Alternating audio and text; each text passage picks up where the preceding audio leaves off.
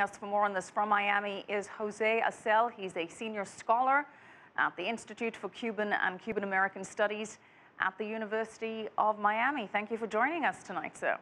Thank you for having me, Michelle. Jose, President Obama cannot end the economic embargo on his own. Congress would need to act, and under the all-Republican control, that isn't likely anytime soon.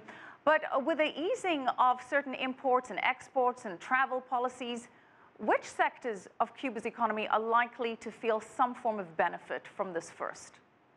Well, I think the logical sector will be tourism right off the bat. But Michelle, I think the expectations here are much greater than the reality. Even in the best case scenario, from the point of view of Cuba, that the embargo were to be totally lifted, I am very skeptical that Cuba would be able to attract foreign direct investment from the United States. There's a couple of reasons for that. Number one, under Cuban law, companies have to be minority partners with the Cuban government. So, and that's something that American companies are not very fond of doing, becoming minority partners with the Cuban military for all practical purposes. So in addition to that, Cuba is not a very prosperous market. We're talking about a relatively small market of 11 million people with no purchasing power to speak of. Right.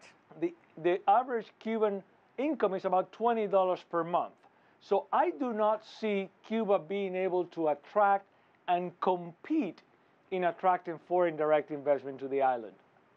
But Jose, there will certainly be some benefits. Very basically, currently, U.S. remittances to Cuba are estimated to be around $2 billion a year. That's according to the U.S. Department of State. That could quadruple now. U.S. citizens, which are primarily Cuban Americans, can now send $2,000. That's up from $500. That would have some impact on the economy, wouldn't you think?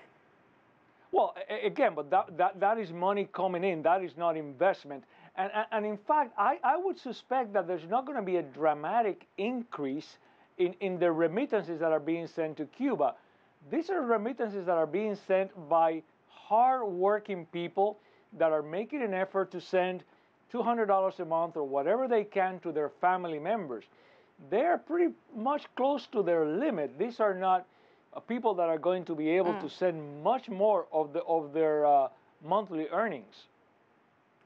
Well, you know, from a timing perspective, Cuba's economy is really under pressure. One of its biggest supporters, Venezuela, is reeling from low oil prices.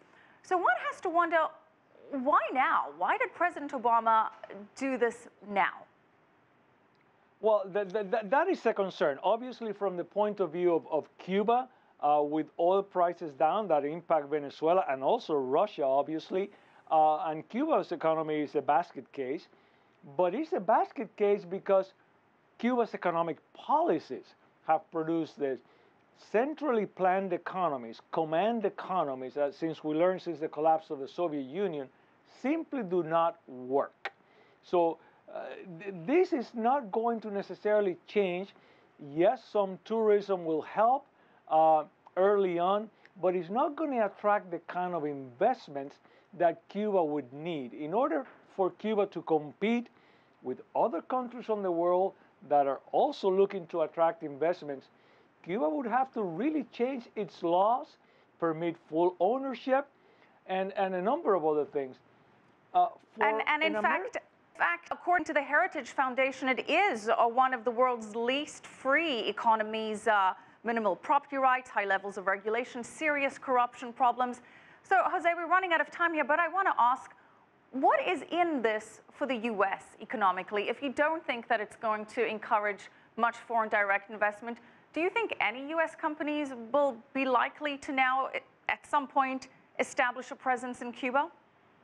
No, I do not, particularly not publicly traded companies that have to answer to stockholders and that would be terrified having to do with the corruption and having to deal with that kind of an environment.